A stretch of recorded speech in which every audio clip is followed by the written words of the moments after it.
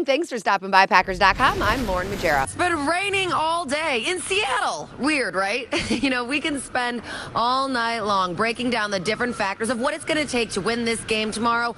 But what really stands out, what matters most, is the health of Aaron Rodgers.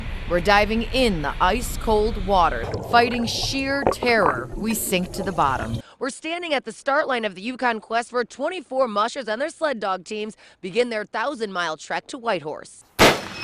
All right. Like that? Just like that. And I know they're all in the center of that paper, right? Oh, yeah. All right. I blew a hole through the middle of it. The last game of the night after 8 o'clock, but this stadium is alive. Excited for Division I play. So if you're searching for that inner child in you that needs a recess, there's nothing like getting a bit of dirt on your face to feel recharged again. This is Newsline 9 Sports. The Green Bay Packers are back from the bye week and getting ready to face Detroit on Sunday. Now, the Lions haven't won here since December 15th, 1991. And just to put into perspective how long ago that actually was, offensive tackle David Bakhtiari tells me what he was doing on that day. Lions won. Probably crying in my mom's arms. I understand how long it's been, but it ain't going to help us Sunday. 3 of the next Packers games are NFC North foes, with Week 8 in Minnesota and Week 9 back at home hosting Chicago. And the team tells me that a divisional matchup means all the more pressure. The line that can dominate the battle, or at least win the battle, is usually going to come out on top. As far as injuries go, Clay Matthews was limited at practice, but Casey Hayward, James Starks, and Greg Van Roten all sat out. Still, Coach McCarthy says he's not worried about it. Why are we even talking about that? We're going to stay healthy. Everybody's going to play the whole game. We're going to line up with 46 and walk off with 46. How's that for your answer? I will write that. Okay, so maybe a little bit of sarcasm there. Well, the Packers-Lions game kicks off on Sunday at noon. Do not try this at home. That is my message for this week's Outdoors with Lauren. Now, we go on plenty of adventures, and let me tell you, this one was terrifying. It was an icy cold quest with the goal of getting an up-and-close personal look at some impressive fish. We're out on the Wolf River looking for sturgeon. The sturgeon range in size from around 2 feet, and the big ones go up to 6, and we've seen one that's almost 7 feet. Today we're not casting. We're diving in the ice-cold water, so it's a good thing I'm surrounded by experts. Years ago, we started diving the Wolf River, including Bob Butt from Dive Point Scuba and Adventure. The danger is current. It's a river, so there's snags and all kinds of ropes and stuff that people drop in. He's been an instructor for more than 30 years. We're going to move some of the ice out of the way, and it shouldn't be very thick.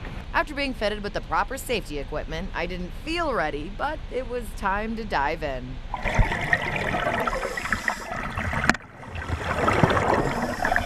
Fighting sheer terror, we sink to the bottom. And it wasn't long before we found our prize, 30 to 40 sturgeon, all different sizes. I was even able to pet them as they made their way by. It was a window to another world.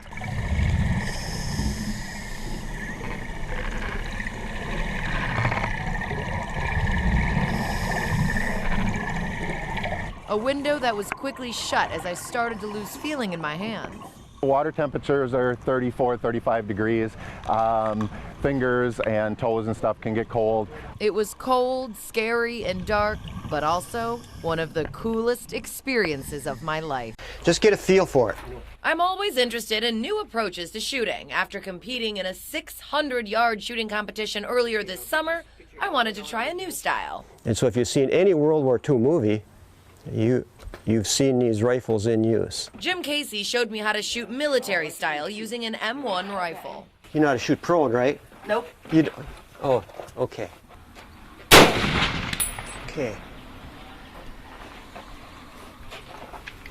Is it pretty uncomfortable? Yeah.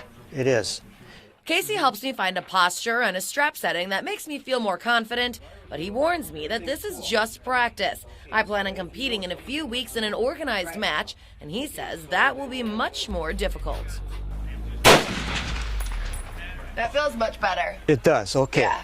This type of a shooting is done out in the grass. It's not done sitting on a bench or anything like this. Well, it's obvious I need a little more practice at the shooting range before I feel ready to showcase this new style of shooting. All right. Like that? Just like that. And I know they're all in the center of that paper, right? Oh, yeah. All right. I blew a hole through the middle of it. But after all, practice does make perfect. Very good. Lauren Magiera, Newsline 9 Sports.